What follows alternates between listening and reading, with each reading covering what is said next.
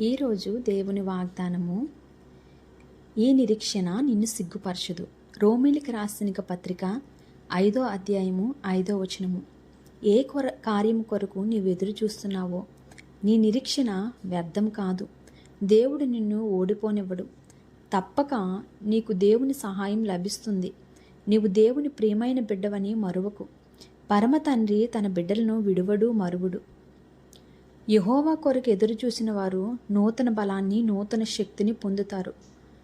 ఆ బలము, ఆ శక్తి ద్వారా మనము చేరవలసిన గమ్యానికి మనం చేరుతాము. మనం ఎప్పుడైతే పట్టు విడవక ప్రార్థన చేస్తామో దేవుని యొక్క గొప్ప సాక్ష్యాన్ని మనం పొందుకుంటాము. అప్పుడు ఆయన సాక్షులుగా అనేక జనాల మధ్యన దేవుడు మనం వాడుకుంటాడు. అటువంటి సాక్ష్యము మనందరి జీవితంలో నెరవేరాలని దేవుడు ఈ వాక్యాన్ని దీవించి ఆశీర్వదించునుగాక. ఆమేన్.